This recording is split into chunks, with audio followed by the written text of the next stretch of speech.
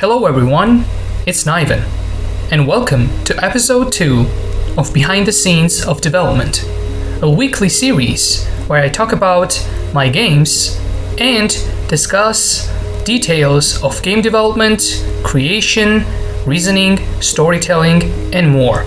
Episode 1 is available on my YouTube. We talked about Primary Colorman, which is one of the most successful games I've made commercially. And today we are going to be talking about Sunken. From the start, I want to say that Sunken is the biggest game that I've ever done. In terms of volume, in terms of storytelling, in terms of gameplay time, and also dialogue, mechanics, assets being used, and this game had one of the biggest water simulations which I've ever done. And I haven't done this big of a game after. I guess Shunned is considered to be a big game, but compared to Sunken, it's actually very small.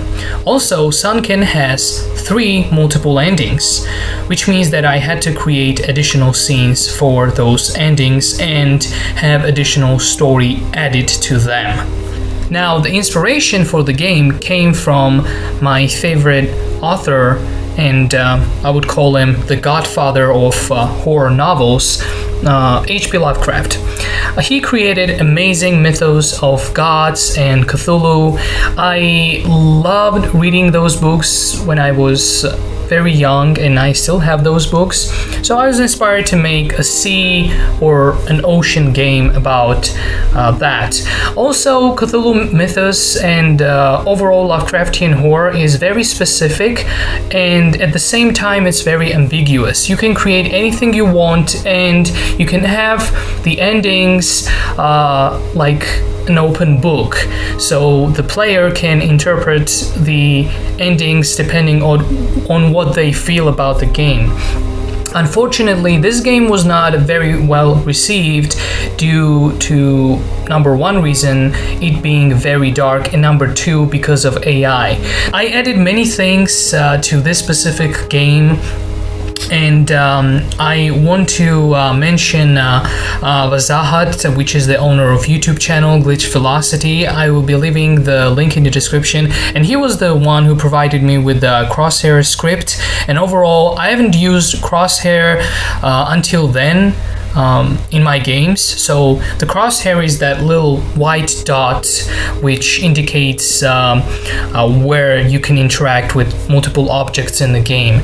And overall, Vazahat, I just want to say that he has amazing community of Coppercube users, and he's very supportive and humble. So check out his channel. He has great Coppercube 6 tutorials, and he helps me a lot with trying to focus on creating this game. And well, as I said, a crosshair script was provided by him, which I use even now with my games. And yeah, that's it. That's all I can say about the inspiration behind the game. And now let's move on to the file. Now, as you can see, this doesn't have too many files, although I used multiple variations of files. For example, I used 4 different skyboxes for my game. I had the blood screen, the flash screen. I have a normal map for the water. I had the bubbles and the overlay of, you know, dark screen overlay. And I used other assets which unfortunately I deleted in this file, but they are still in the game and we can still see what those assets are. So yeah, that was it. This particular game had music, but unfortunately I deleted that music too somehow. Now, some people may ask, why did you delete the files and why the game doesn't have a sound?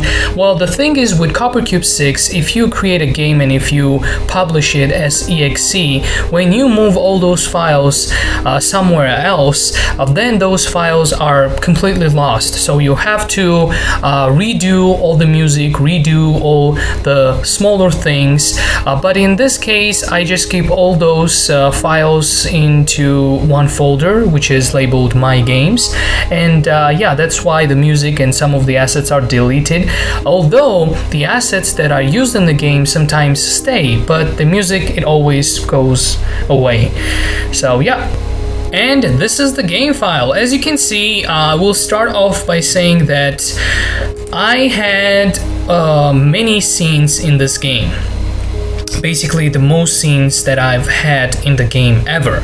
I had the menu, the prologue, 6 different acts, which I do because, well, this is a little information for you. I was doing drama in high school, and we had sequences split into different acts, so that's why each chapter I label as Act 1, Act 2, Act 3, Act 4, so that's just the way how my mind works, and that's the way how I work. I also, if you look at the scene graph, label the titles, you know, the play button, the controls, the exit, the water simulation, which actually is in this game. Then we have the copyright sign and the controls, which are now unavailable. And we also have the boat, which is right here. That's the boat. That's default asset in CopperCube, so I didn't have to buy that asset. I didn't have to download it for free or give credit to anyone else. This is just a default asset which comes with CopperCube. Now let's move on to the prologue. The prologue is just a text kind of saying what the game is about. It's, you know, underwater, it's about fear and things like that. And then we have the first act, which is very dark. Let me just put some light here, and as you can see, it looks very different when it's all lit, but in the game it's actually very dark. We have player here, we have the sea simulation right here, and it's kind of buggy because it has a lot of things. It has the road also right here. Hold on, let me just show you. It has the road, you know, which is half done, and yeah, that was basically the scene. I made a huge mistake, which I admit right now. I kind of debated with other content creators and game developers about the darkness of the game, and I said to myself, you know, the game should be dark because it's set at night, because the player is night guard of this beach. But to be honest, if this was during the day or maybe like an evening period and it had more light, the game would have been much better, and I agree with that right now. Yeah, I totally agree. In Act 2 we have the same scene, so basically all the acts are the same. It's one map which I cloned many times, as you can see. It's the same. Act 3 also the same right here. Oh, I need a directional light. It's the same right here. Well, actually, no. So the Act 1 and Act 2 are just the introduction for the player. You know, they have to clean up the beach. Those are, you know, some chips right here. They need to clean this up and put it in the recycle bin. And yeah, that's it. And then during the Act 3, we have this ominous car, which is just right here. Yeah, you can see there is absolutely no one here. Absolutely nothing. And then the player has to come here, check what's going on with the car, and you know, then he has to go back to his let's say lighthouse. And yeah, then we have Act 4. Now during the Act 4, I think we can see the boat. Yeah, the boat is right here. It's in the distance, which I wanted the boat to be in distance so the player would feel kind of scared, but you know, this game was not scary at all, so yeah. That's it. And then Act 5, I think, is yeah, Act 5 is the kind of ending one. Basically, if you go towards the boat right here, it's going to be a boat. Hold on. Yeah, so Act 5 is if you go towards the boat, you will end up in Act 6, or if you don't, then it has ending 1, which is, you know, you just leave your post and go back and, you know, do some stuff. Then we have ending 2, which is and right here we have this little guy, kind of Cthulhu-like creature, who gives us the opportunity to choose between saving ourselves and killing a bunch of people, or sacrificing ourselves and just hoping that the next night guard won't do the same thing. And the Cthulhu actually was fully animated. I got this from my friend and he didn't want to mention any credits or things like that. It was for free, so yeah, I actually kept this. Well, actually, I didn't keep this asset, but I have it in the download, so I can just simply extract and use it for the future games.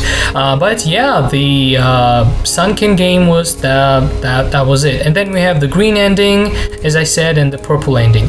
Now, the biggest part of the game was actually Act 6. I will put a directional light, and the Act 6 is underwater. We don't have the monster yet because it's invisible, and here is the kind of creepy floating temple of the monsters, and we have the Getagon temple. This is actually a name of the temple in the books of H.P. Lovecraft, so this is not made up. This is all based on the actual story, and yeah, that's the boat which was sunken. Yeah, that's why the game is called Sunken, because the boat was sunken. Yeah, that's very weird to say out loud. And well, that's basically it. I wanted to pinpoint that in every act we have this small crosshair right here. Yeah, you can see this right here. So this helps out with the game a lot. And well, that's basically it of all the secrets that this game holds. Oh, by the way, there is one scene which is right here with the blood. So basically the player comes, looks at this kind of weird text, and then when he turns, there is a monster standing, not the monster but the ghost standing, and it scares the crap out of you. Yeah, that's basically the game. I'm not sure we can play this right now, but I will try. Now, I tried to launch the game, but I guess some of the files were missing and it didn't launch properly. And besides that, the FPS is very low on this game, and that's the reason why I wasn't able to play it. But for you, it's available, you can play it. The download file is more optimized than the one which I have. And yeah, that's the reason why I was not able to showcase my own gameplay of my game. Anyways, before ending this episode, I want to say a couple of things. Number one, some of you might be asking questions of what did you learn from this experience? I learned from this experience, number one, that horror games are not meant to be all dark. Darkness does not mean that the game is scary. Darkness means that the game is confusing, it's irritating, and it's problematic. That's what I learned with Sunken. So number one rule, which some of you developers who are watching should learn, is that do not make games very dark, because it will definitely irritate and confuse the players. Number two, I learned that I need to put crosshair in the game just to make the player aware of where to click and how to interact with objects. Even though Copper Cube 6 does not have a great interaction with the left mouse, the reason why I am thinking of changing it to interact with the keyboard, like interact with E, which is more flexible, but it needs more time and more coding to do that. So yeah, so lesson number two, always make it crosshair. Lesson number three is about tasks. During the gameplay, I had a couple of notes which told you what tasks to do, but sometimes people were confused, like, am I done with the tasks? Do I have to do other tasks? And clearly the game did not indicate what to do. Some of my newer games also did not showcase that, like Unhinged. People just started playing and they didn't know what to do. But well, the game is found footage, so I thought putting tasks at the bottom of the screen or maybe at the top of the screen would kind of lose the immersion. Everything depends on the perspective of the player. Now, when you're developing the game, you have to think about what can happen and how can different players adapt to different situations, because not every player does the same thing over and over. Some players, they just look around and don't pay attention to their environment. Some players actually do pay attention to their environments. Those three things I learned that I needed to improve, and I improved on some of those. Like, I have crosshair in my games, I have tasks sometimes in my games, and I definitely look at my games from the perspective of the player and not the developer. Those are the experiences and the lessons I learned while making Sunken. Thanks everyone for watching episode 2. Episode 3 will be available next week, as always.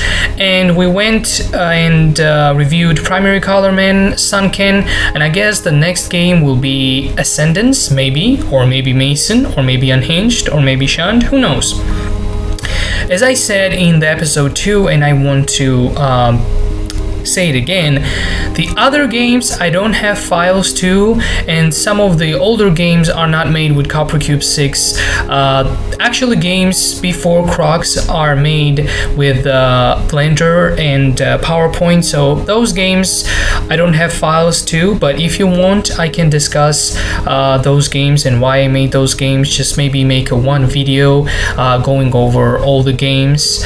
Not all the games, but the rest of the games. Please leave a comment if you want to ask any questions about the game or about the development.